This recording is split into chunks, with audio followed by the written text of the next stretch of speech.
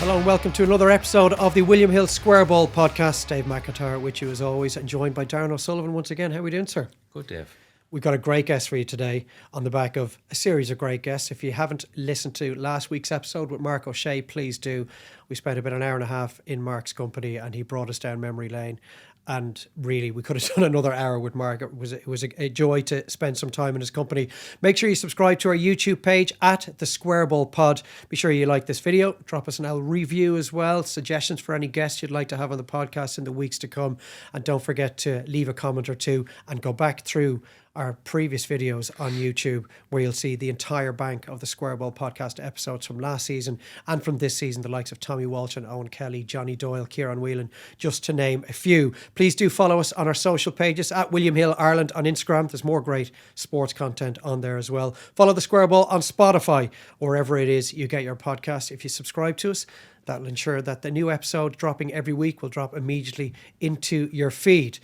We had our first dub on the podcast a few weeks ago, and given the climate, the current climate, with Meath having surprised Dublin last weekend, we're going to have our first Meath man on the podcast today. So, Anthony Moyles, you came across him in League and Championship a couple of times. When we talk about Anthony Moyles, what springs to mind? Yeah, just a kind of big imposing figure, and then I think back to the 2009 game, semi-final, just about edged him in a poor game, to be fair, poor stand. I think very wet day, but I scored a penalty the same day. Probably the worst penalty ever scored in Croke Park, where I kicked it from my left foot onto my right. It went in, thankfully. Normally, you're expecting pats in the back. I can't remember who the cornerback was at the time. When I went back into position, he started laughing. He goes, "Nice penalty." And when we went back to Clarny that night, I thought I was going to be getting high fives. I got dogs abused. I think it was an important penalty. He only won by 4. Yeah, but everyone had Gooch for first goal, so I was getting abused for it. But yeah, that was kind of a couple of league games. That was the only championship game I would have come up against him. But yeah, big man, powerful guy. So it'll be interesting to hear some of the stories he comes up with. And a great talker as well, Yeah. as we're about to find out. This is the Anthony Moyles episode of the Square Ball podcast.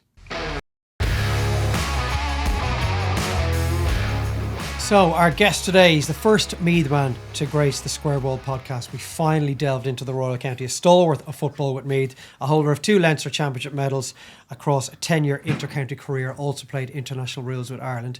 It is Mr. Anthony Moyles. You're very welcome. Thank you, gents. Are you disgusted that it took us this long? What are we, 21, 22 episodes in, and finally we've got it from me then? Not at all. No, it's probably about where we should have been on the rankings, maybe. Up to last weekend.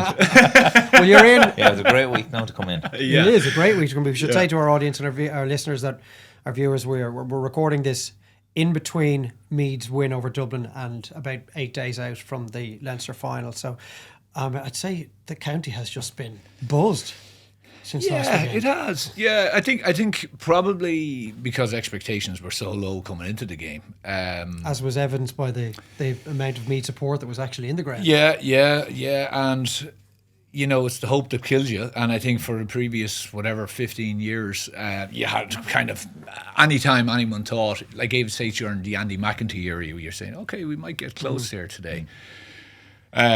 I actually genuinely, I did think they would get close. I thought it was their best chance in 15 years to get close to them. And then I was away and I saw the actual Dublin team and I was kind of like, geez, don't recognise this fella, that fella, There's not an awful lot to fear here. Yeah, I looked, and I said, even some of the, shall we say, the older group, you're kind of questioning Bugler wasn't there. So a lot of things went for Meath. From watching it, they just went after it. I think they identified obviously a weakness in the Dublin full back line and they created a lot of space and just went for it, So it was a fantastic win, unbelievable win, and it has created a massive buzz. And for the first time in a long time, I've been chatting away to lads, and their kids have come to them and said, are we going to get tickets for the Leinster Final? Again, whereas before they never would have even asked. So that's a great thing. But it's been a long time coming, Dave. And it's not just a thing that starts, just from this year. Because of say Robbie and Robbie Brandon and the team he's put in place, or indeed that crop of players. To be fair, and I would have been very critical of the Meath County Board and people around it at certain times over the last 10 years because of stuff that was being put in place. But they've worked hard at generating younger players, and it can be evidenced by the minors and the under-20s for the last few years, and they're coming through. So, again, it's not just a shot in the dark. I think there was evidence there to say that Meath have been challenging at the under-20 level, at the minor level. They've won a couple of All-Irelands at that level, or been thereabouts. So it was on merit, if you get me. And I think that gap has closed and will continue to close over the next few years. Were Meath just lacking one big win, or all the counties in Leinster, really? Because it was like there was always a lack of belief, and like you said, they were bringing through young players, but you kind of need evidence. It's as grand to train, to be going well, and to be good underage. You always need that one scalp. You do. So it doesn't get any bigger than Dublin in 15 years, and you'd be hoping the confidence with young players that they'd be going, we can beat them every year now. Well, it's like the scar tissue that can develop, is very significant. You probably have less so. I have a lot of it. A bit of it. But I think of Donald Keogan, say, for example, or Brian Menton. Mento was on the panel in 2010, right? So he's gone that 15 years and he's been on the back of annihilations. I think the average score, I read that the average losing margin was 16 points. I think that was his 8th time facing Dublin in the championship. And 7 defeats. That's so you as you enter the twilight of your career, you begin to question, why am I doing this when I have this at the end? Somewhere along the line, I'm potentially going to meet these, and they're going to do exactly what they did to me last year. Even though you're a competitor and you're going, no, we can get closer. You're saying, fellas used to say to me, oh sure, you're in cuckoo land if you think, and I'd say, well, it doesn't make a difference. You put the jersey on, you think you can take anyone on, right? And that's what you have to be. That's why you play the game. But it must have been so hard. So for fellas like that, I think it was scar tissue, and I think it was a big step. And I'd say it's no more than, say, Rory McIlroy with the Masters. It's a monkey off a lot of backs now. And I think it will give confidence. No more, I think that it would give even loud confidence. Yeah. But I think in the cold, hard analysis of it, it's not the same Dublin team that was there even 3 years ago. It's just not. When you lose the calibre, the players that they have, that's one thing. But when you lose the leadership group between McCarthy, Fenton, Jack McCaffrey, maybe to a lesser degree, but there's so many individuals there, and it's that kind of imperceptible stuff that they do, say, on a Tuesday night in the middle of February, on a wet night, where fellas are like going, oh jeez, do I really want to be here tonight? And they're driving standards all the way. That's a very, very, very difficult thing to replace. Very difficult thing. I think 6 of the starting 15 started the quarter-final defeat to Galway last year. Just a measure of the level of transition that's going on and the job of work that Desi Farrell has. That's a serious. I mean, there must be, in the last 4 years, there must be 100 All-Ireland medals that have walked out the door, and probably 50 All-Star awards. Footballers of the year have just left. It's impossible, really, these were generational talents. That's why a lot of the talk around splitting Dublin in two around about the mid-teens was just crazy talk. There's about 9-10 of those guys are in the top 40 players ever to play for Dublin, and they're all gone. Crazy talk, but that talk was starting to get an awful lot of attention. It really was, and it was crazy talk, and the whole thing around, there was that defeatist attitude, and to be fair, a lot of people kind of went against it because there was a realization that actually this is once in a generation type stuff. And built you would have off seen it great more minor teams and under 21 teams, where Dublin are not winning anything at minor and under 20 level. No, they're losing to Longford and to Louth and to Meath and Kildare and Leinster. Yeah, there was a conveyor belt there that was it just seemed. Now I do think, from chatting back to, I obviously played with Oliver Plunkett's near the end of my career, so I would have been close with Jason Sherlock, and I could see the work that they were doing. They were using a lot of the ex-players to go in and train, and over in St. David's and all that stuff. They were any of those kind of academy teams. Now, Meath weren't doing any of that at the time. And it was even another 3 or 4 years until it actually took place. So there was a body of work being done there by ex-players. So the likes of, I'm sure, say, Fenton or whoever else was coming through that kind of process. So eventually, I think other teams just kind of caught up. I remember saying, the first thing that Meath have to do is they have to get to a point where they're conditioned enough to stick with Dublin for 75 minutes. So you look at the game at the weekend and you go, well, that box is ticked because they were actually giving it to them and more. They were going harder probably at the end of the game nearly than Dublin were. And then you have to layer on the skills, the ability, the mental side, all that stuff. But for a long time, Meath might stick with them for 55 or 60 minutes and then fall off. But again, that's a process that can't just happen overnight. Well, I mean, it's such a good point. Mayo did it in 2021, stuck with them, kept going with them and managed to get the game to extra time. Yeah. And won the game. Galway did it with them last year. Dublin were cruising at half time, but Galway have the physicality to be able to stick with them for the 70 odd minutes and eventually knows their way in front. We might get back to where your views are on football now, because it's myself and Darren have been speaking the last couple of weeks, and he'll know I'm just so enthused, having almost been ready to turn my back on the sport. I need someone like him to drag me back down from the clouds. Don't worry, I'll assist on that. Remember, I'm at the coalface at club level. I can see the frustrations happening. So you're a Dunboyne man, born 76. So by my maths, you're 9 when Meath win the Leinster title for the first time in 16 years in 86. Boylan, I think that was his 4th year in charge. And obviously they lose to that great Kerry team in that year's All-Ireland semi-final, but you're old enough to understand that Meath are making their way back out of a real period in the doldrums, and it's the start of a 7-year spell during which they win 2 All-Irelands and play in another 2 finals. So what's it like being born just at the right time and seeing heroes in green that you can really look up to? Yeah, it's strange. It's my father was a dub, so, and my mom. So, like, my father actually played with Dublin, played senior hurling for Dublin. So, moved out to Meath, I think, in the early 70s. I was born, obviously, there. My eldest brother was born, actually, the rest of them. I have 3 older brothers and a sister. So, what was, I suppose there was always I used to get plenty of stick, because I was the only one going to the Meath Dublin games in the Meath setup. So I'd just get absolutely ripped apart. So what was great was that eventually, I remember after done it many years, that Meath actually won a game. So the tide was definitely turning. But of course, football was so different then, because it was, if you were bet, you were done, So there was build up and then it was over. The Meath, I remember the Meath the club scene in Meath was, again, it was straight knockout. It was vicious stuff, in the sense of it was all on the day. And I think through that process, Meath built a resilience, and those players probably built a resilience that got lost a little bit, when you kind of started going into the back door and, groups and all that kind of stuff. And, there's pros and cons in that. But yeah, it was, that team, I remember them coming back in, and they would have gone to Keepack, obviously, after the successful wins, and into the Keatings, and Noel Keating was obviously a massive supporter of Meath, and they had their reception there, and then they came in, and there was a big back of a trailer in Clonee, and then into Dunboyne. Sure, I'd say it took the boys, I don't know what time they got to Navanat, but you're only a kid, and you're looking up at these, kind of, as you say, these generational players, but you probably don't even realise it at the time. You don't realise how good they were.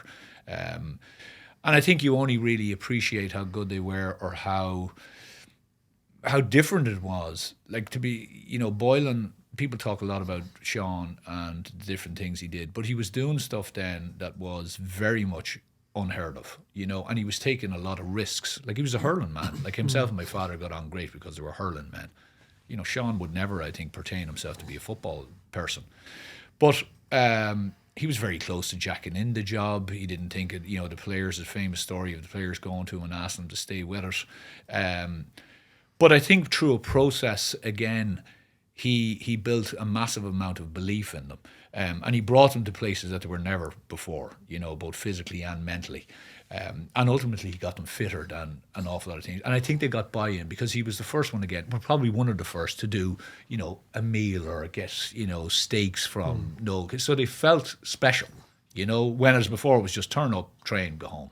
And yourself, when everyone gets buy-in, and when you feel that, well, your management team and your county board are looking after you as best you can, it's not the be-all and end-all, but it definitely helps, and it definitely assists your mentality. So from that, of course, he had some serious players, but I think the whole environment around him and what he created was very, very strong, you know, and obviously it was hugely successful. And it kind of, I think it was a little bit of a blueprint for a lot of counties. You know, counties went, oh, okay, well, we can do that a little bit better. You know, and then the smart ones followed, or, you know, kind of went along the same lines. So he's, you know, it was a very, very special time. It was obviously a very, very successful time for Meath, and it set the tone, I suppose, with the Meath-Dublin rivalry and others for many years to come, you know, until the rivalry ceased, I suppose, in post-2010. It was a breath of fresh air at the time in '86 because it was a Leinster Championship that had been dominated by Dublin and Offaly for the previous 15 years, really going back to Meath's winning. It was in 1970 that Meath came out of Leinster. How long did it take for you to realise that everybody outside of Meath, after that kind of first couple of years, hated you? And even I'm a couple of years younger than you, so I'm only 8 or so at the time, and I, as a dub, obviously, and the fact that my two parents are from Cavan, like, double reason to hate anything Meath related. Double whammy. But we hated Harnan and we hated Gillick and we hated Lyons because they were so physical, so agricultural, so tough, brilliant footballers. And then when someone would point out, well, look at the forwards they've got these elegant, stylish players like O'Rourke and Beggy and Bernard Flynn and Brian Stafford. Didn't want to hear that part of it. No. It's funny. I'm a bit of a contrarian in life, and I love the fact that people hate it. You know, I because it was. You straight away had that chip on the shoulder. You can imagine as being Mick Lyons or Harnan or one of those. You were just going out and you're going into the Coliseum with everyone just baying for blood. So it was absolutely fantastic. It was set up for them so well. They had some lunatics on the team. There's no doubt about it. Like, I mean, there's some tough boys, but they were. I don't think they ever got really the credit. Sorry, of course they got credit, but I don't think they got probably enough credit for their football ability. Yeah, I totally agree with that. You know, like if you look back to the famous games against Dublin in 91. In 91, like I went to each of those, and I know Boylan references Italia '90 and the fact that soccer had become so powerful, I suppose, in Ireland, and GAA was starting to, you know, it had been maybe put to the bottom rung for a little bit.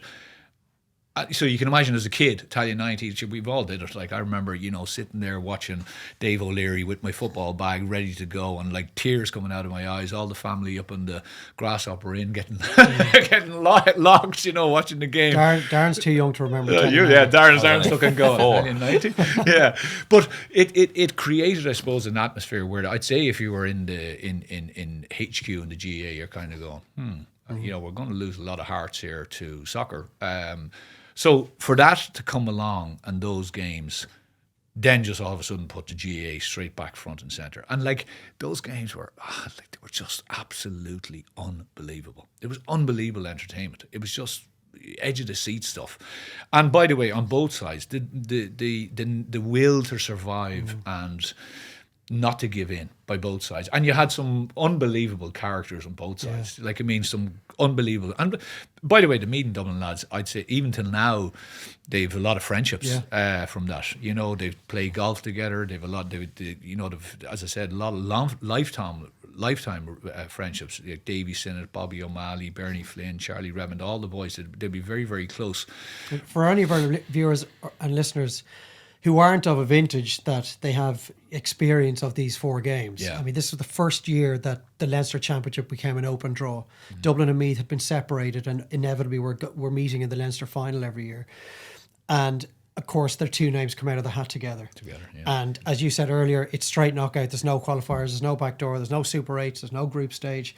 And it's eat or be eaten. And it takes 4 games to separate them. It went to extra time in 3 of the games, and Croke Park was full for every single one. Like, there have been books written about these 4 games. There have been TV documentaries put together about these 4 games. Like, there has never been anything like this saga, and there never will be again. I said never will be. Yeah.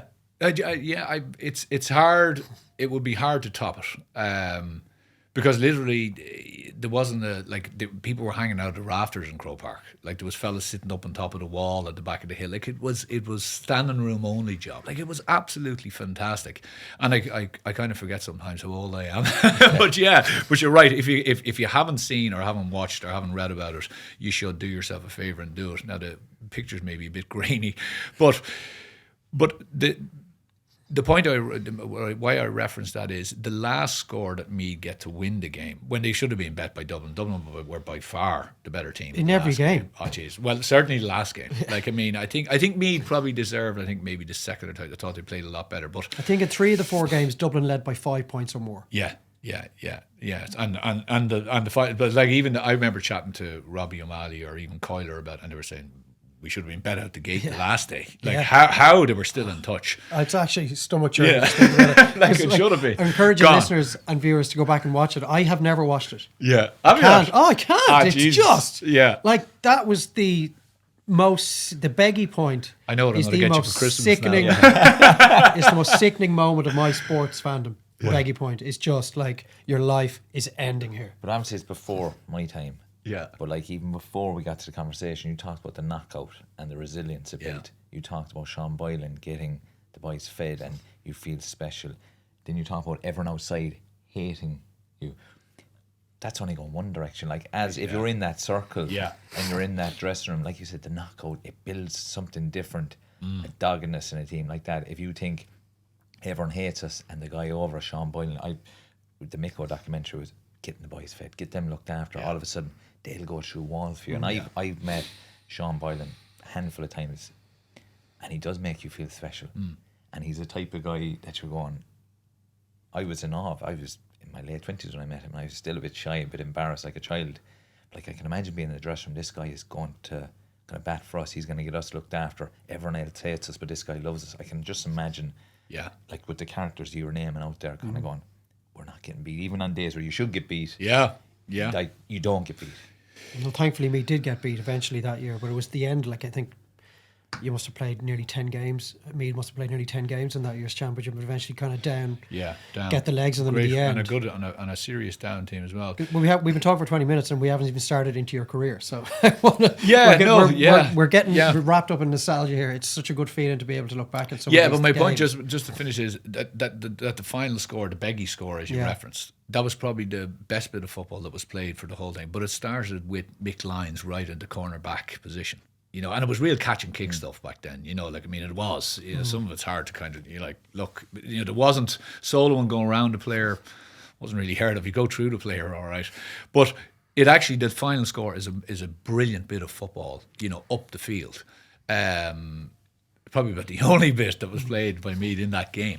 But as I said, I don't think they really got enough credit, possibly for the team that they were and the ability that they had. But great memories. So there's 3 or 4 kind of barren enough years for Meath. Dublin take over in Leinster, and then Meath come back in '96, winning All Ireland. You're starting to kind of find your feet then as a Gaelic footballer. Obviously, you're playing for Blackhall Gaels at this stage. 1999 is Meath's last All Ireland title, so we're looking 26 years ago. Are you in and around the panel that year under Sean Boylan? Has he called you in? He has, yeah. I was actually playing so I'd come out of minor, and Dunboyne are St. Peter's and St. Paul's. That's what they are underage, the junior. St. Peter's are Dunboyne, St. Paul's were a junior club, kind of a splinter club. But my brothers played for St. Paul's, so the natural thing was I would play with St. Paul's. So we actually won the junior championship in '99. And we went up intermediate. We started in Division 5 in '97 of the league, 5 divisions. And we won 5-4-3.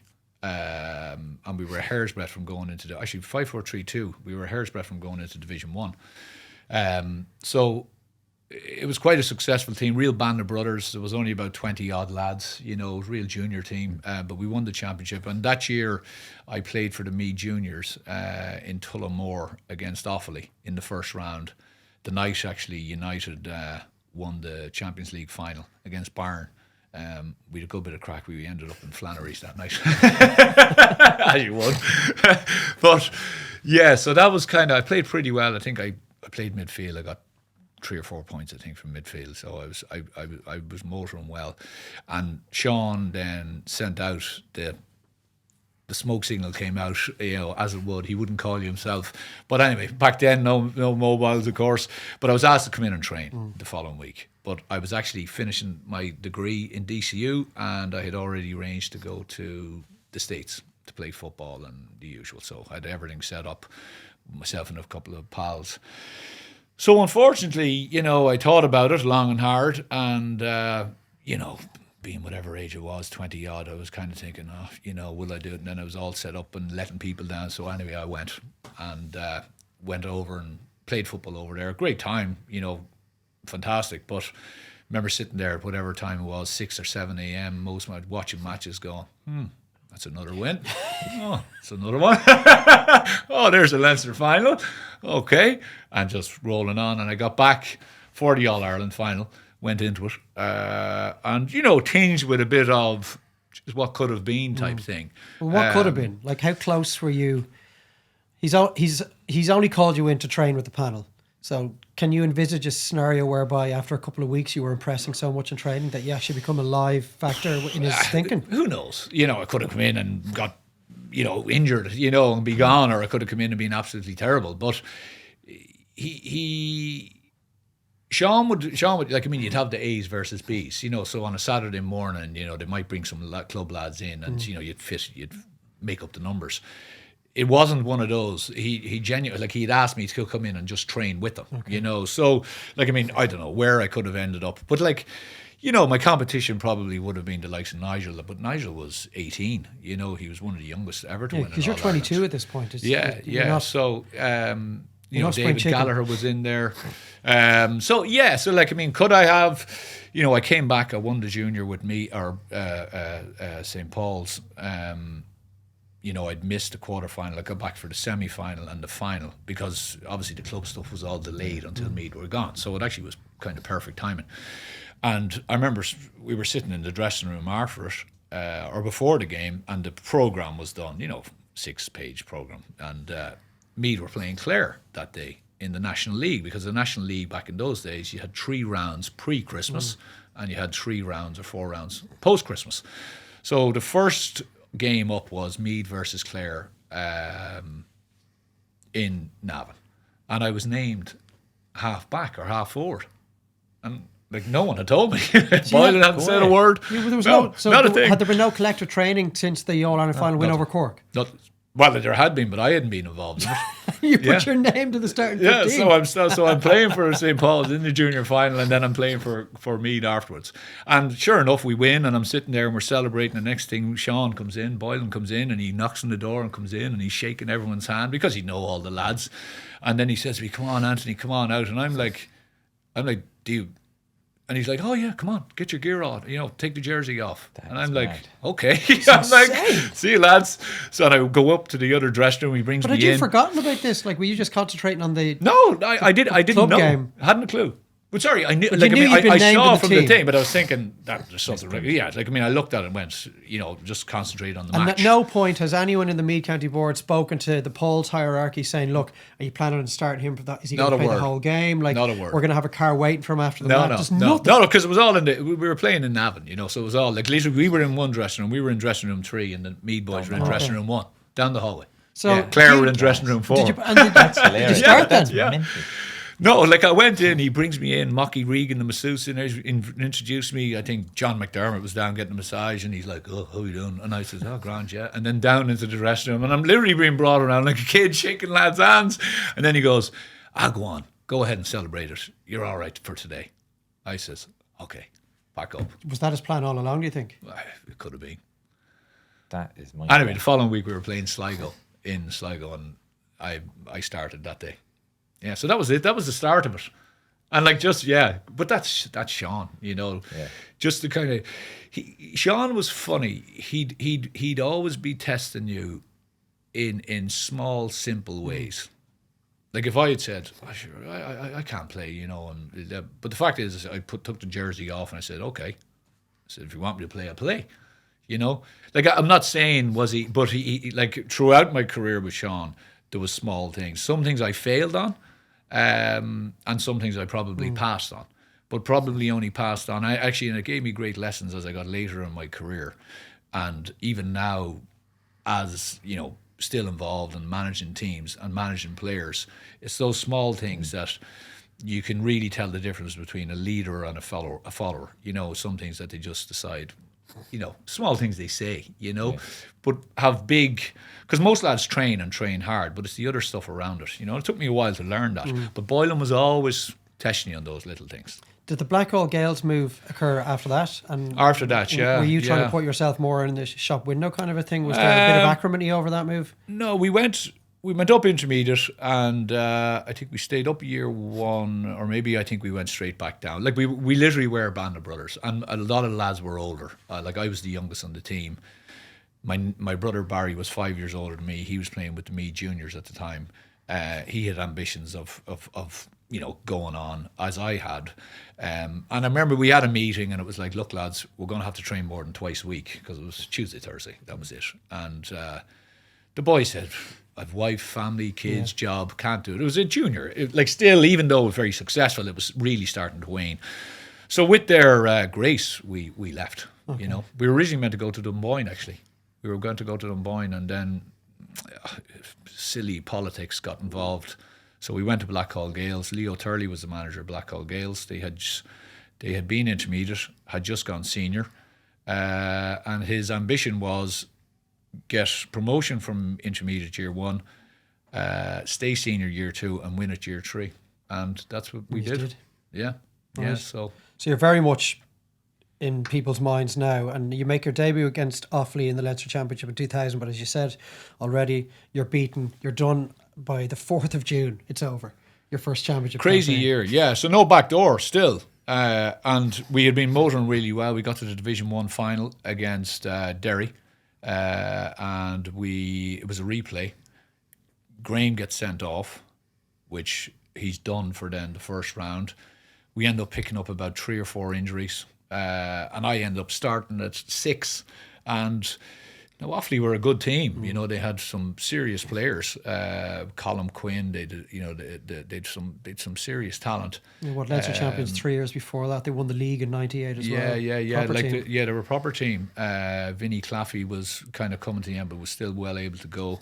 So yeah, they turned us over. We didn't play particularly well, and and that's it. Gone. Finished, so All Ireland champions gone, literally on the 4th of June, finished and out the gate. It's just incredible. It actually, and when we're you think so back far down the road now that it's almost unthinkable. Even though we lived through it, But I mean, for someone who's 35 years of age now, that was the last year of the knockout system, 2000. Yeah. It's unthinkable. It is unthinkable, because actually the league final was only, I think it was 2 weeks before it. Right, and then because of the replay, we had to play the week before. So we played 3 games, I think, in 3 weeks. And then done. Or 3 games in 2 weeks, and done. And would you not meet then at all until? No, finished. There was a meeting in Keepack, to kind of look back over everything and and there was a lot of finger pointing. But it's like obviously getting to that league final against Derry, and again Derry were Sean Marty Lockhart, they were in their pomp, good team. That probably cost us, you lost. I can't remember if John McDermott got injured, but it completely, the team got, I think we ended up playing 3 or 4. It was myself, Ronan Fitzsimons. There was 3 or 4 debutants that day, because Boylan had to really go down into the panel. I think Enda McManus, got injured. Hank Traynor got injured. So we lost a lot of lads. But anyway, it was set up.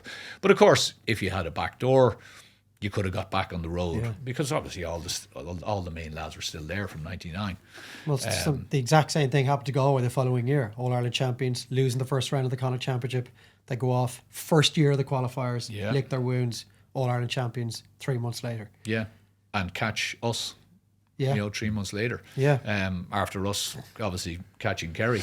Well, let's go into 2001. So you start the opening game. It's a Leinster quarter-final against Westmeath. You get sent off. Yeah. What were you sent off for? I don't think it deserves a red. It's always the start of it. Yeah. Harsh. Yeah, a bit harsh. It was a silly tackle. Martin Flanagan, who I had many a ding dong with, very good player, excellent footballer, but he was basically running from midfield. I caught up with him, and as I caught up with him, I kind of went to shoulder him, and then he ducked down. I realised I'm not going to get him with my shoulder, and the elbow popped up, and unfortunately, yeah, that was it. Straight red. But I was the creator of the comeback, according to Boylan, in the post-match dressing room. He says, "Listen, lads," he says, "thanks to Anthony there for creating space for us and giving us a bit of room by getting the red card." So I allowed some space into the half-forward line. And he expressed his gratitude by not giving you a single minute between then and the rest of the championship. Yeah, exactly. So John McDermott, great Meath midfielder, he had an injury. He comes back in. You're suspended for the Leinster semi-final. Meath win the championship. They win their All-Ireland quarter-final. They hammer Kerry in that All-Ireland semi-final. And then they go down in the All-Ireland final to that brilliant Galway team. I think that was their fourth All-Ireland final appearance in 4 years. And you're not involved at all. Like, how frustrating was that? Very frustrating, yeah. I had... so I'd come back, obviously suspended, and then we were playing an in-house game against Louth in Navan. And I was playing 6, and then I was put back into 3. And I was marking, I can't remember who was marking, but anyway, a ball I remember came, and I full, like, long sprint out to a ball, and I tore the hamstring. And I'd never really done a hamstring before, not to that level. Like, it was a complete pop. And I just remember going, oh, I can't believe that. And that was the start of it. It just kept tearing on me. And I remember before the Kerry game, I had got myself back to a good level, was motoring really, really well, was impressing a whole lot. And I remember we were kind of again doing some sprint work, and literally on like the last one went. And I was So you weren't even available for the Kerry game then? No. Okay. Were you even on the bench that day? Oh, I think I was named on the bench, but like I wasn't able to play. It was very frustrating. I remember being over on the side. We were doing this kind of a training session before the All Ireland final. You know, like all the supporters there. I don't know how many, hundreds and hundreds and hundreds of people in Dunsany. And I was again trying to test the leg. I was over the far side of the pitch, and I was sprinting, and everything was okay. And then I took a bit of a turn, got a ball, soloed, and gone again. And I remember just breaking. Like, actually, I was as close to tears as I could have been. And to be fair, Boylan came over and he put his arm around my waist, and he was just like, "It's not going to happen." And I said, "No, it's not." And he said, "Listen, he was sorry for me." And I said, "That's just the way it goes." But it was very, very hard now to watch it, and to sit there and because obviously starting the first time, and then to see the success of it. And then you sit there and you kind of say, "Jesus, what could I have done, or what would have happened?" But like my first 3 to 4 years were very, very frustrating with injuries. And when you look back on a career, you realise how much time did I lose from injuries, Luck is just such a big part of it. Yeah.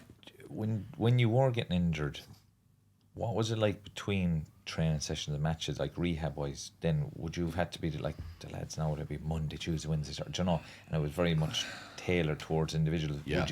How would it have been? Nah, it wouldn't be anything like it is now. Yeah. Like it would have been. No, to be fair, you were getting looked after, the physio, the doctor, whatever else. Sean's potions. You got a lot of potions. You got a lot of potions and a lot of different stuff. And listen, you would try everything. Yeah. Like you'd go to a witch doctor on the side of a hill. You would just do whatever you could. But like I went to Sean Boylan. Did you? With my hamstring. Yeah. Donaghy brought me down to him. Yeah, well, there you go. Like, I mean, Sean had a great, obviously, clinic, and he had different people in there. I used to go to a man who I still am very friendly with, Sivan, who does acupuncture and stuff.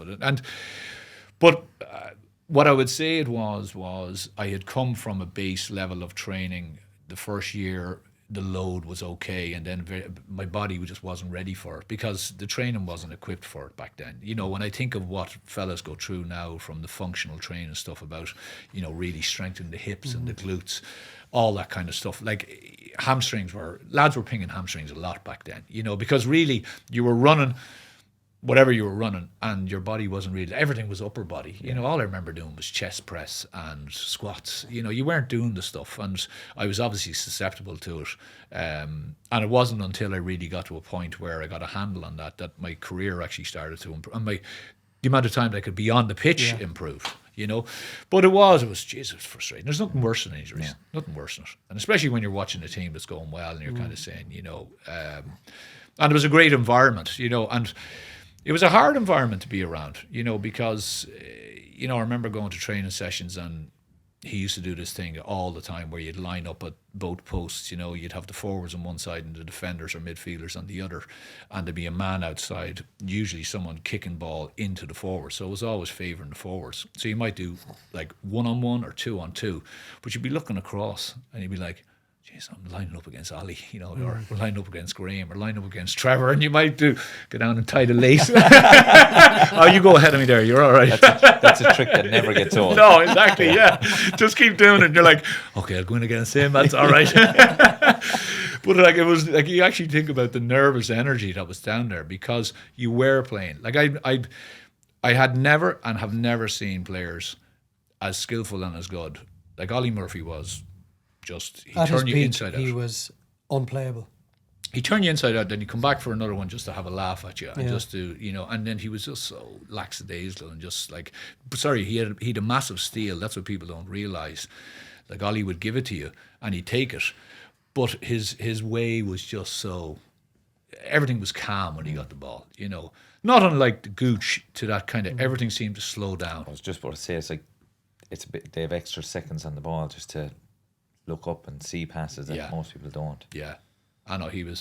So it was a great environment to be in, but it was disappointing. You know, it was disappointing. But it gave me a desire to obviously push on and try to get on the team. But it still takes you a while. You've a couple of sub appearances in the championship in 02, more of the same in 03, 1 start, 2 sub appearances, and it's 2004 before you're kind of finally a regular starter. But at this stage, Meath, you're in a bit of a rut, like losing to teams that in the previous decade weren't really at Meath's level, and obviously it's the most competitive, and we'll get to this towards the end. There hasn't been a more competitive decade in Leinster Championship history. You've got Offaly, Meath, Kildare, Laois, Dublin, Westmeath, all winning provincial titles, which is just unheard of now in the modern era. But at this point, round about 04, 05, are there any questions being raised in the county as to whether Sean is still the guy to lead the team forward? Because we've seen all the greats, question marks over Miko in the late 80s, question marks over Cody before he stepped away. Mickey Hart seemed to be constantly fighting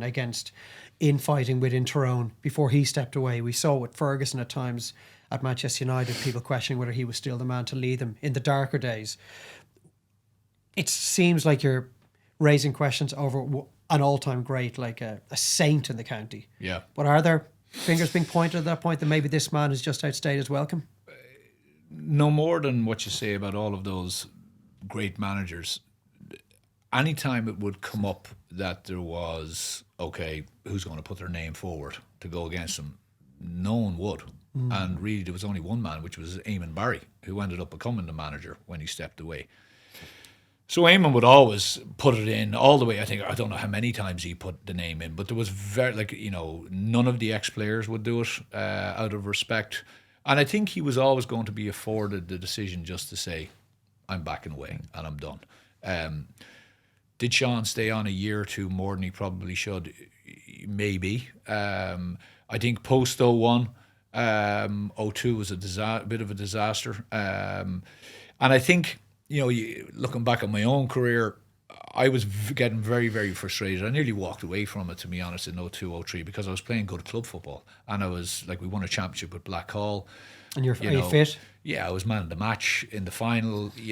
I was probably the best midfielder at club football level, and I wasn't getting any game time. Okay. And I was watching fellas coming on ahead of me, and I was kind of going, and then even other players were saying to me, and I was kind of going, I didn't know what I was doing wrong.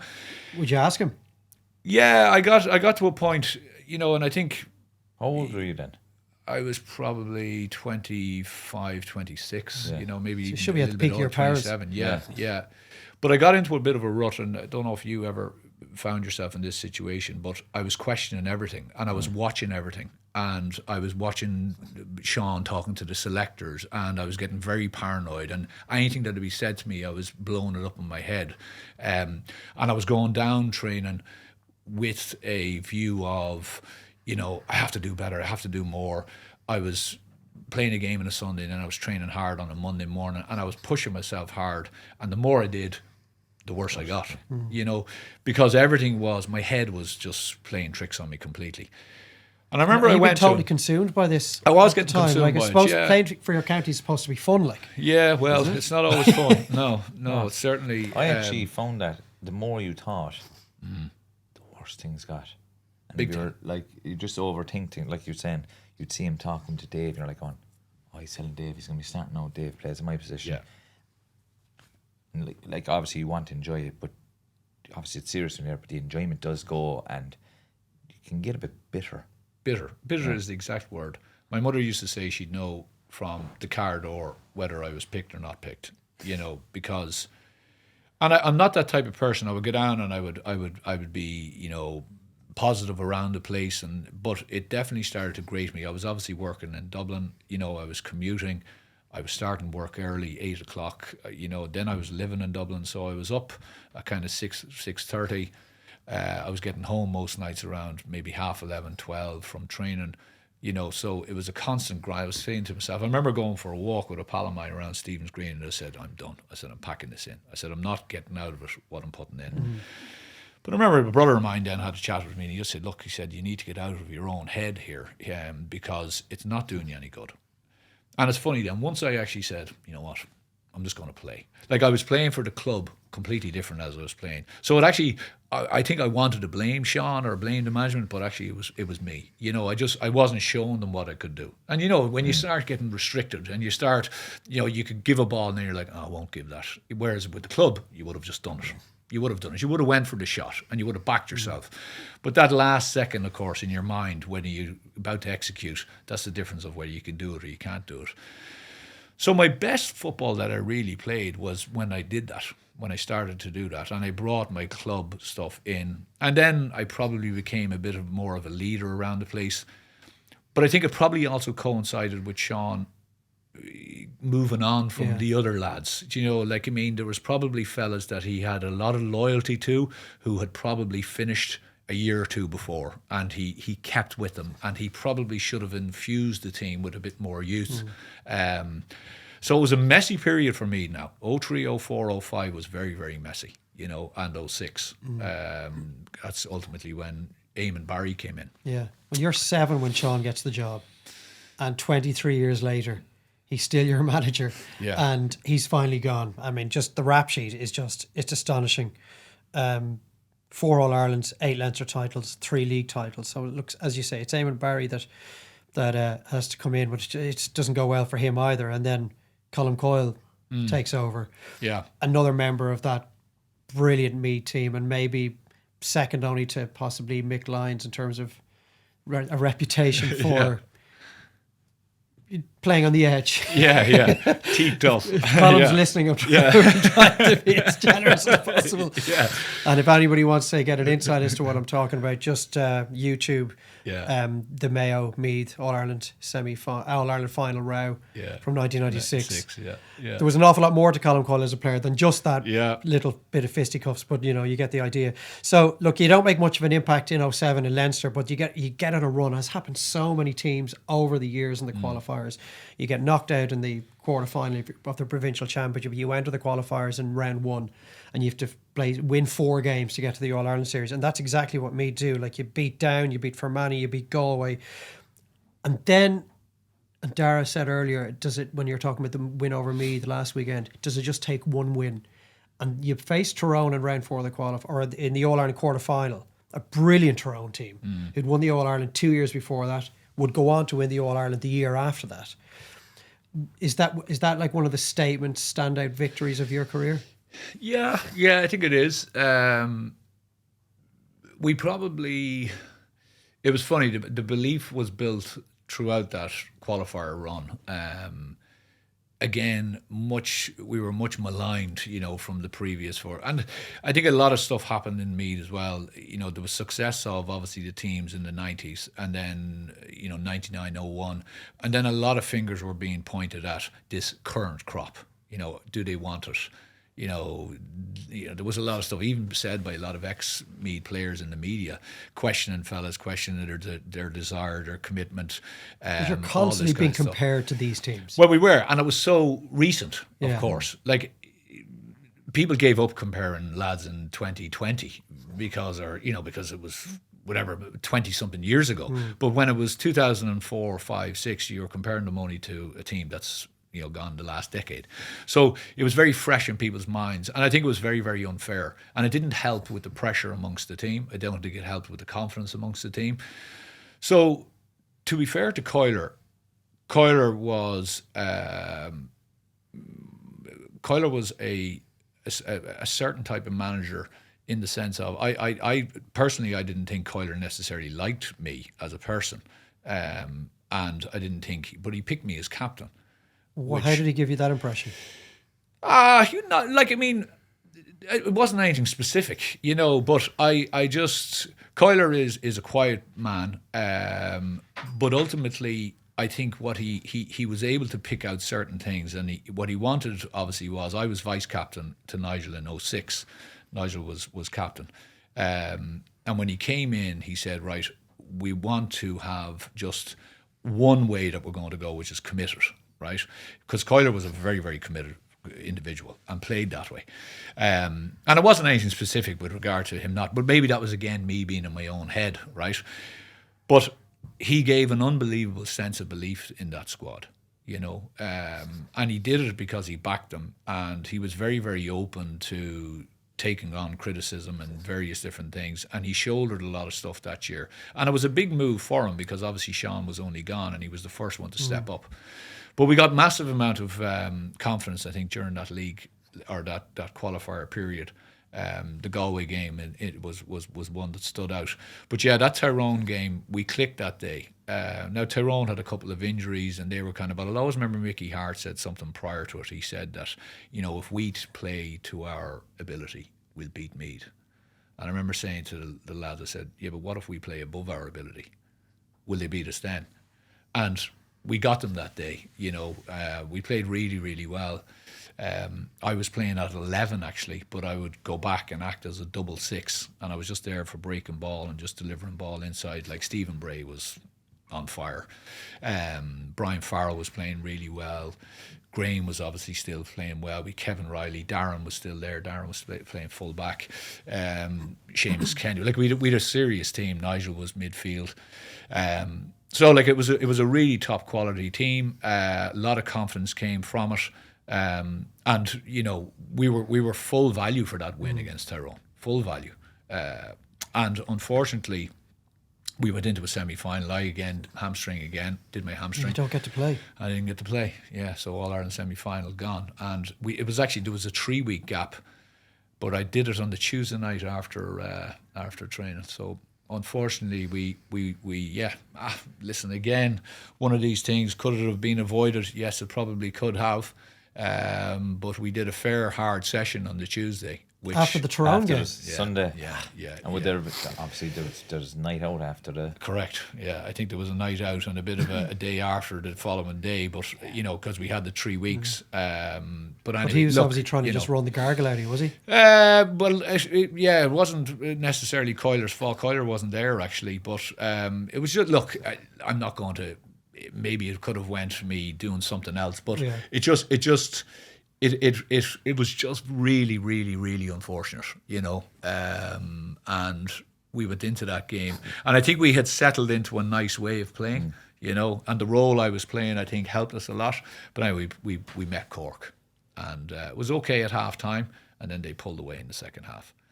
And that again was in All Ireland. I think 07 and 09, there wasn't anyone really standing out in 07 and 09, like I know you lad, but like it wasn't like the Dublin of those, like, I mean, even as we Tyrone. said to Mark O'Shea and Darren last week, 2 cheap All Irelands carry one.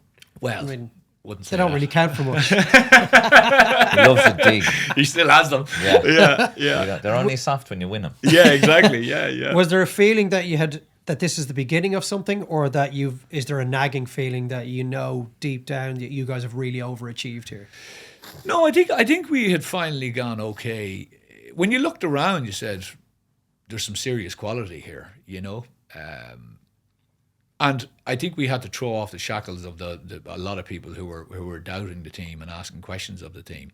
Like, you were living up to a lot, Like, I kind of look back and I think about, say, some of the Meath teams, as I said recently. Although there's scar tissue, there's very little for them to live up to, because the last iterations over the last 10 years haven't been fantastic. So you can really write your own script. Like, I remember the Munster team of the last 12 years, who never really got close to winning a European Cup, constantly be compared to those teams from the noughties. And you were never more than 2 sentences away from somebody mentioning Leamy, Foley, Correct. O'Gara, Yeah. Stringer. And Yeah. I often thought that must be such a burden Yeah. on Peter O'Mahony's group. Constantly having the likes of Trevor Giles and Graham Geraghty and Martin O'Connell and all these boys thrown in your face. Well, I think, look, Kerry no more than any county would experience that. Like, I mean, so if there's a barren year for 2 or 3 years, you're kind of going, so that's a, but I always got the sense from outside looking in is that that's maybe a pressure that you boys could deal with, right? I could be wrong, but I think it very much affected. Now, I'm not saying that's the only thing. I think Meath went off the boil big style, especially underage. Yeah. And I think where I talk about those structures that were being in place and being put in place by other teams, we weren't putting those in place. And I think what happened was, again, there was a raft of really, really good players and leaders that were pulled out of the team. And then some of the stuff that came in maybe just wasn't really there or up to it. And there was also a lot of, probably a lot of, I suppose, disconnect that would happen between Sean leaving, Eamon Barry coming in, Kyler coming in, and Kyler only then lasted for 2 years. Yeah. Well, do you know, when you're talking about the leaders leaving the team, have they gone too early or did they hang on for too long? Because I actually found that the team I played with, we had a couple of the old lads who were willing to stay on an extra year or two just to be in the dressing room, just to keep the standards high. And I see with other teams over the years where they've got rid of leaders possibly a year too early, and you just don't replace them, right? They mightn't have the ability to do what they used to on the pitch, but in the dressing room, and like we talked about at the start, the standards on a wet Tuesday night. Absolutely. Well, I think, like, you're asking, we're kind of going through year by year, but when I look back on it, do I have frustrations? And I know I'm maybe jumping ahead a bit, but the thing is, I think we were achieving, or maybe even overachieving a little bit, Dave, to be honest with you. When I look at the next 10 years, so say 210 to 220, right? Like, me didn't get within an arse roar of an All-Ireland semi-final, So It wasn't to a get, bad decade all told. to get to 2 of them, and within that was pretty good. So I think the leadership was group. I think when that leadership group went, it really went into a dirt, of experience potentially and standards potentially. I wasn't involved, but if you're again looking from the outside in, We move into 08. yeah. Yeah, interesting. I can't remember 2008, to be honest. I was going through the great financial crisis at the time as well. I saw an article during the week where you're talking about, because you were with Dave. Was it Good Buddies or Davies you were with at the Davey, time? yeah. And you're like, it's very rare that you hear an intercounty footballer talking about the state of the world economy and the world recession and how stocks were plummeting. But It was stressful. that was interesting in football itself. Football was a release. Let me just say that. So I've just dipped my toes into the broadcasting industry around about 2008. I'm working for a regional radio station in the southeast, which incorporates Wexford, and the game with Wexford in the 2008 Leinster Championship was one of the first games I've ever reported on, and it's still 17 years later one of the most memorable games I've ever reported on. So Meath play some brilliant football in the first half. You're not starting. They're 10 points up at half time. Wexford clip a couple of scores, but Meath come back again, and 52 minutes on the clock. Meath are still 10 points clear. The referee's assistant, the linesman board goes up. A. Moyles is being introduced Sprung to the fray. from the bench. The turning point. just to manage the game out. 21 minutes later, Wexford have beaten you by 1. I wouldn't mind. The interview was going great up to now. Yeah. Well, I have to say, What the hell happened? I appreciated getting the Wexford Player of the Year that year, and I have it at home up on the mantelpiece. That was Some the Moyles craziest introduction, day. cue Meath implosion. Yeah, craziest day. I had a Gilmore's groin operation that year, so I was only coming back from that, and I remember. Where was it played again? Carlo, yeah, and it was absolutely roasting. baking day. Roasting. And I think we had played Carlo in the first round because I think Liam Hayes was managing Carlo. No, that was a different year. That was actually Eamon Barry. But anyway, in Carlo, and have you played in Carlo? No. Well, it's actually a beautiful pitch, but the stand is right in on top of the pitch. And it was a baking day. And I remember we were warming up in under the shade of the stand.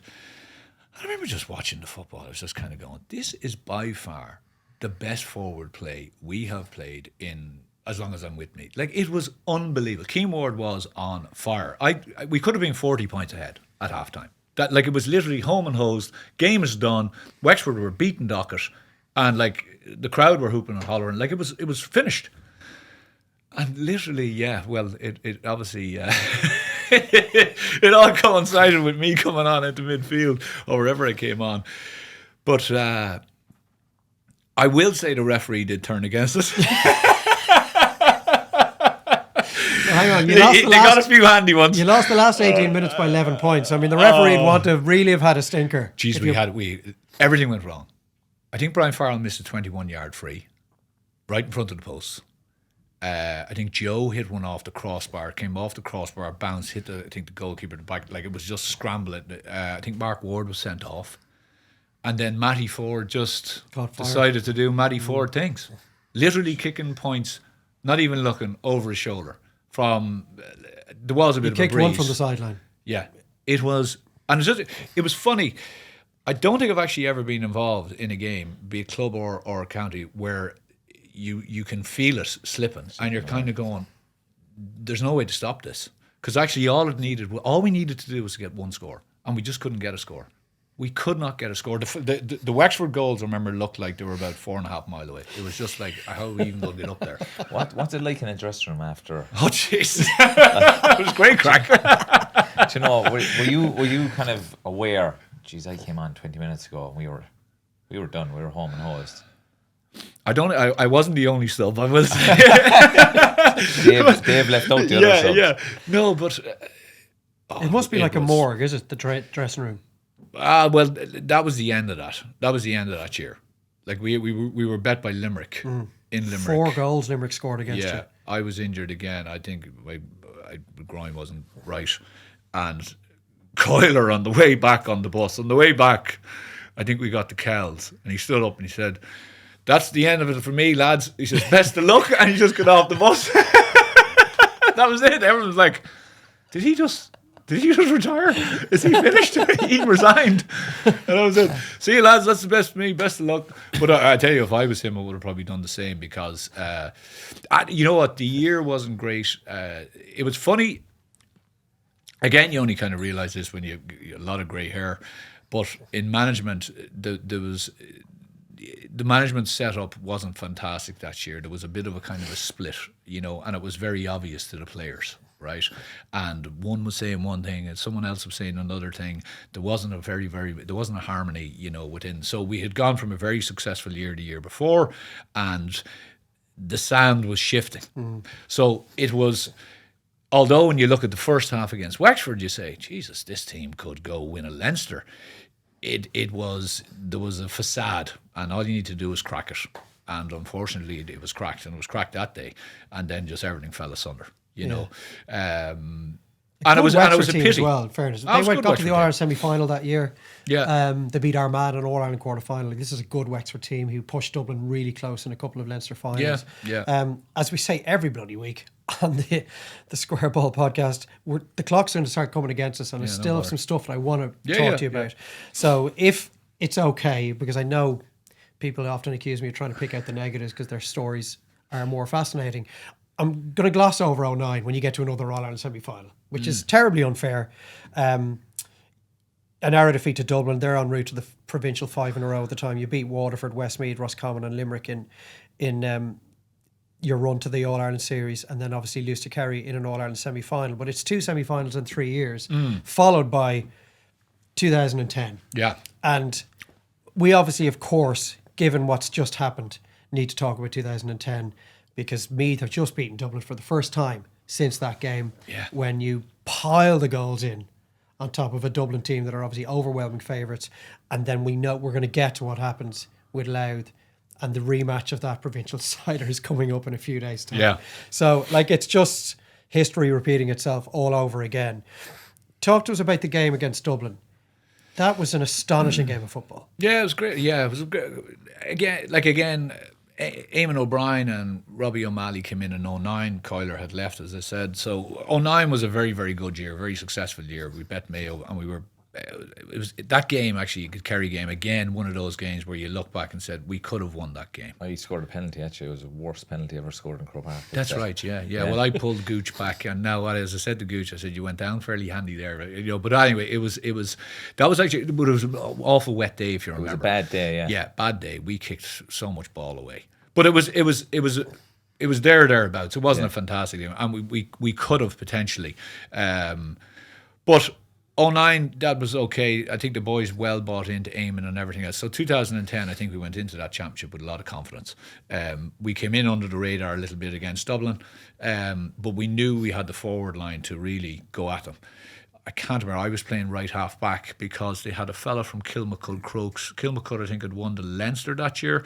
And they had a lad in midfield who I think eventually went to Australia. But anyway, he was playing half forward for Dublin and just catching kickouts. Corkery, was it? Correct. Yeah. So I went in half back on him. But we were matched up very well. But with a serious forward line, like Shane O'Rourke was 11, Breyer, Brian Farrell, Joe. I think Keane Ward was sober, maybe Keane was playing. But there was a lot of firepower. And Breyer was playing out of his skin. And Graham Riley was the other one. Graham had just kind of started. So there was a lot of speed, there was a lot of power, there was a lot of skill. Game was kind of close enough at half time. But then we just kind of started to take over and we got a couple of goals and the boys some fantastic scores. Now, the game was still there. I remember Paul Flynn rattled one off the crossbar or the post when I think we were only 5 up and it would have brought it right back. But then literally from the ball coming out, we got a goal and it went 8 and then that was the end of that. And it was a big monkey off the back, as you know, because we had some close ding-dongs with Dublin in the previous years. We brought them to a replay. I can't remember one of the years, and we a game we could have won. We played them in the O'Byrne Cup and beat them, and so it wasn't like the last 15 years. There was actually close battles, but it was still good to get it and get to a Leinster final. And the problem was going into that Leinster final, it wasn't that we weren't focusing on Louth, because Louth were a very, very good team with some excellent players and were there on merit. But I actually think that, and this is possibly a risk to this current Meath team and the management team about getting their heads right. We went in, I think, with one hand on the cup. You know, it was nearly like a coronation, if you get me. Get through the game and just go up and collect it. Just get through the game. So there was no real sense of, there was no real sense of fear, I think. Yeah. You know, although we respected Louth, you know, when we went in against Dublin, there was there's an edge to this, and we have to go, and we have to take risks, and we have to really. Against Louth, it was kind of like, we'll just manage this game, and we'll just. So I remember that day. I remember looking around, going, "Who's going to do something here?" Everyone was playing within themselves. My memory. Louth were on top for the majority of the game. They missed were. Some bad frees, some good chances. They gave up goals. Yeah, we did terrible first half. You know, we were kind of hanging on. Like, I mean, a point or two. Then we had a bit of a spell, and then JP Rooney got a great goal, and then all of a sudden it was like, oh, we're 4 or 5. I think we were 5 down or 6 down. We're like, we're gone here. So then we actually started to play, and you know, we started eating into the lead. And then, of course, the kick goes in. Graham Riley puts this. He would think he was going for a score, but anyway, the ball goes up, bounces around. Seamus Kenny gets it literally 2 yards out. And we always say to Seamus, it wasn't Joe's fault. It was the fact that you couldn't score a goal from 2 yards out. And you rattled it off Paddy Keenan's leg. Paddy has still an O'Neill's mark, I think, on the side of his leg. He kicked it that hard against him. And then the rest is history. Lands into Joe's chest. Joe just wasn't agile enough to Joe get a throws touch. it over the line. Yeah, So- I was off. I'd been substituted for about 2 or 3 minutes earlier, so I was in the stand, and I actually genuinely I couldn't see because it was a ruck. But I remember I was just so sick of how we played that when the referee blew the whistle and everyone shot, I kind of got up. I didn't even celebrate, and then we went down onto the pitch, and obviously you could see what was going on. Loud fellas running on. It was absolutely crazy. We went into the dressing room. We shook hands with the loud fellas. Went into the dressing room, and of course, then the word was emanating back from the pitch. This has happened. We were like, okay. So some lads were celebrating. You had the cup. There was a reception afterwards. We went upstairs. Now, this is the end of a 9-year wait for a Leinster championship. Yeah, so it was a joyous. Should be a huge thing. Should be a massive occasion, joyous occasion, like enormous occasion. And in a lot of people's minds, I was upset, obviously, with just how we played. But at the same time, you get over that and you were celebrating because you were saying, "Well, we've won it. Yeah. Whatever happened, we've won, and that's it." And that's the way we celebrated. We went upstairs and we were having a few beers, and the loud lads were there. We were chatting to them, and they had accepted. They had lost.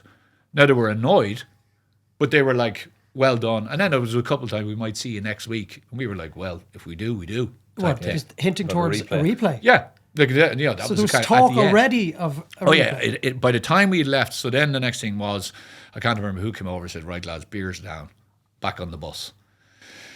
So back out onto the bus, and then it was just utter confusion.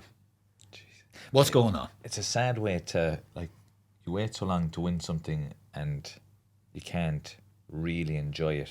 It was absolutely horrible, because what you should have been doing is, right, we'll meet in Navan, we'll have a bit of crack, as you say, let's enjoy this, even going out to meet your families. Yeah. All the question marks were, so what's going to happen? So the cloud is hanging over this almost from the get-go. Literally pretty much straight away. And of course, we didn't realise, because you're down in the bellows of Croke Park. But then when I remember meeting my family, and they were like, and they were like, will you be here? And I was like, what? And they're talking about replay, or they're talking about this. And I was like, who's talking about this? So then you start to worry, and you're kind of going. So I remember we met the team, we met in Navan, and we had a few drinks, but it was completely like, if you were meant to be at level 10, you were at level 2 or 3. And some lads were saying, I don't care, I have the medal. So then, of course, the missive came out from the management team, right, lads, we're going to the beach tomorrow in Gormastown, and we'll go up to Gormastown College for a meeting afterwards. So it was a lovely evening, I remember, on the Monday.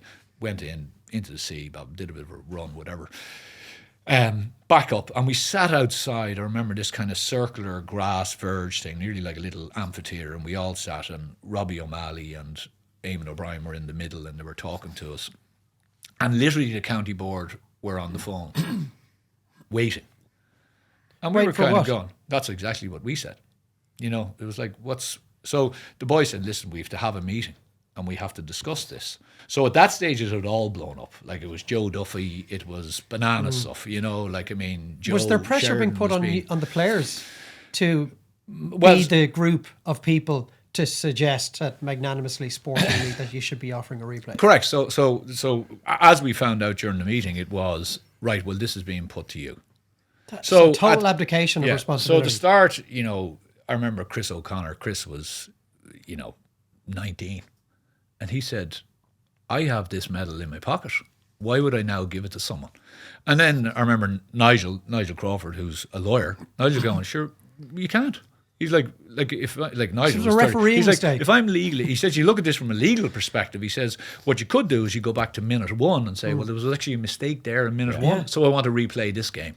So we could understand the nuances of this is going to open a whole can of worms from the GAA's perspective. There's an element of farce to any suggestion for a replay, based exactly on what Nigel Crawford's discussing. Correct. I never understood how how it grew legs, that this was even like a live possibility, that because of a refereeing error, a game was going to be replayed. It's separate to maybe a ghost point.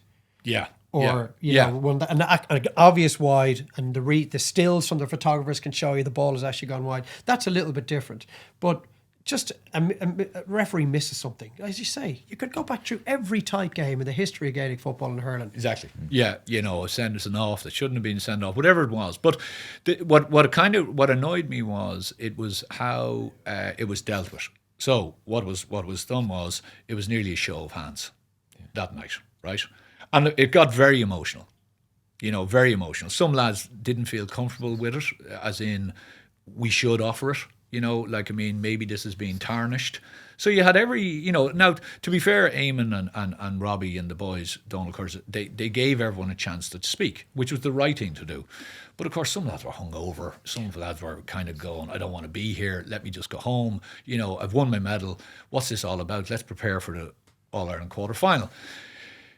But the Joe Duffy show and everyone else had got a handle on this, so it had become a national thing. Yeah. Like, Joe was getting death threats, Joe Sheridan, like, on his phone. That was where I was going to go. No joke. How were the group with Joe? Like, because I just remember, and I was there going, he did nothing wrong, really. He fell over the line. Yeah. It isn't his fault that the referees. Well, like the umpire says it's not a goal. Referee awards a free out. Like, the incident is forgotten about in 3 seconds. Correct. Yeah. And the flip side of it is it's one of the most infamous moments in GA history. Yeah, absolutely. And that's not Joe. That is not on Joe, and it's not on you guys. Been asked to vote as to whether or not there's a replay. It's astonishing. So you know, I think the Meath County Board were probably, like, they were in, what do we do here? They were obviously, I would say, getting pressure from on high, right? You need to make a decision. Yeah, well, they weren't thinking about this themselves, you know. Like, I mean, so this idea that we would have a vote. So anyway, the vote was, we went back and said, we're not deciding this. It shouldn't be on us. So common sense prevailed. If you want us to play, well, then they tell us to play. Right. And we'll play. But we're not making this decision here. And neither would I have expected, say, Louth to make the decision, the Louth players. So, you know, in any institution or organisation, it's the top board that should be saying, okay, lads, look, mea culpa, we've made a mistake. It doesn't mean we're going to change anything with regard to the rule, but we're going to force you to make replay. Now, if Meath then wanted to, you know, dig their heels in and say, well, legally we don't have to replay, I don't know where that would have went. But maybe if they had come to us and said, you're going to have to replay this, would have replayed it. Now, would we have bet them in the replay? Who knows? I think you probably would have, because you would have had a serious chip on your shoulder. But it was a very, very, very messy situation, and we got bet by Kildare, who were a good Kildare limp team. Meath display, and at the time people just thought that's a serious hangover from what's gone on. Completely. Well, there was serious animosity in the changing room and on the train and on the Tuesday and the Thursday. There was lads who were going one way, like lads who were very passionate about it, and then there was other lads who wanted, you know, because it might have been their family saying it to them. It might have been someone they know who were saying, "Oh, you know, you should have done this. You should have," because that's what it was at the time. Meath, you know, they should have offered a replay, and look at them, you know, typical Meath, blah blah blah blah blah. And so all the focus and all the ire was going on to the players, and some fellas couldn't handle that. And to be fair, it was hard, you know, because anyone you met was like, "Oh, why don't you give them a replay?" You know, well, it's not up to me to give them a replay, but you know, and like I could remove myself a bit from it because, like, I was living and working in Dublin. You weren't down, but for lads who were based around Meath or even on the Meath-Louth border, I remember poor old Graham Riley. Jesus, Graham's only a stone's throw from Louth. He says, "That's it." He says, "I have to go on holidays." He says, "I'm absolutely getting inundated." He says, "I'm sick." But so it was a very, very difficult thing, and it cost us that year because really we didn't perform, and then ultimately it cost Eamon O'Brien his job. So the Meath County Board said whatever they said to Eamon, and poor old Eamon and Bob, and that was the end of that team, you know, because then Banty came in 2011, and you talk about leadership, he tried to change a lot of stuff very quickly, and it didn't really work, and then I think Mick O'Dowd came in after that, and he really tried to move along a lot of the older fellas who were probably like Keane, Ward and stuff, who were probably only kind of 28, 29. People were putting quite... So we went into a very, very, very, as you know, completely barren period then. Okay. before we finish, just two more questions. So we mentioned 2001, you win a Leinster Championship medal, but you only play one game and you're sent off in that game. 2010, we've just gone through everything that when it goes along with that game. What do those two Leinster medals mean to you? This is going to sound bad. Not a lot, to be honest with you. I've never really, could I have won more? Could I have won less? I didn't honestly do it for that. I don't know what you think of that, but we were chatting earlier on, just kind of off air about, the Dublin lads who have left the panel, and whether you value, kind of 9 or 10 All Ireland, so this does become another All Ireland. Do you value one more than 10? I don't even know where those Leinster medals are, honestly. I don't actually know where any. Well, then the memories of the win. Well, it means a lot. Because you get to a point where you have achieved something that you have put an awful lot of time and effort into. It took me a long time in my career to really realise. I thought I was at the pitch of it and I was doing things correct for a while, but I realised I probably wasn't, both mentally and physically. So I had to change a number of things and really buy into it, right? And then when I did, I started to enjoy my football more. I started to see football as nearly, not the be all and end all, so I was able to just enjoy life around it. Yeah. And I was a much better person to be around. And I think it gave me a better perspective on football and how you should treat it and the way you should look at it and life potentially. But, I've won a lot of stuff in the club stuff in Meath. I've pretty much won nearly everything that can be won in it. But it's not about that, if you get me. I look back at regrets 07, the injuries and stuff that cost me being on the field for those semi-finals, and potentially moving on, and just the kind of all the discontent that was going on in Meath at the time. You think, if I'd stayed around in 99, for example, and I'd won an All-Ireland, if I'd been number 27 on the panel and won it, would I really feel like I've won an All-Ireland? If I'd been number 9 on the panel, maybe I would feel. I always feel that way. And I'm not saying, of course, you preach to fellas now that it's always about the panel, and it is. But as a player, you want to be on the pitch, and you want to contribute. But it's when I look back on it, and this is what I'm saying, it was actually a very successful period for me when you think of the following 15 years, which have been a bit of a struggle. And hopefully now, that we're on the start of something that will make sure that Meath are successful or thereabouts for the next, number of generations. Yeah. Okay, there was loads more I wanted to ask you, but I regret not bringing up the international rules with so many of our previous guests who played for Ireland. 06 against Australia. I think it's 06. Yeah. You have been quoted as saying that second test was the only time in your career that you genuinely feared getting your jaw broken while on the field. And we remember this for the day that Graham Geraghty was knocked unconscious. The famous quote from Geezer afterwards, if you want to box, say you want to box and we'll box. If you want to play football, say you want to play football, we'll play football. So quickly, if it's possible, because again, there's nearly a book to be written in this as well. Yeah. What was that experience like against these Australians? And there is a whiff, a cord out in the air, there's blood in the water. Around this game. It was crazy, because the first test was Galway on the October bank holiday weekend. Unbelievable weekend. When Galway's full, it was at night. Jesus, massive crowd, real festival atmosphere around the place, and we won that game. And we set a bit of a marker down, but I remember straight away, I was one of the last to leave the dressing room. I was interviewed by one of the papers, and the questions was all about, the fact that the Australians were basically pansies, that they didn't bring an edge. It was all this stuff, and that Ireland showed them this and bullied them. I remember thinking to myself, where is this going? There's a strong theme here. And it continued on into the papers the following one or two. And then your man, I think it was Kevin Sheedy was his name, the manager of Australia. And he just came out and said, well, if you want to see edge, you'll see it the next day. Yeah. And that was it. And I remember he literally laid down the marker. And they came, and we had the bomber Liston was involved, and Shawnee Welch was involved, and we were in Dunboyne Castle, and Tomas played, and Kieran was there, and it was a very, very strong squad.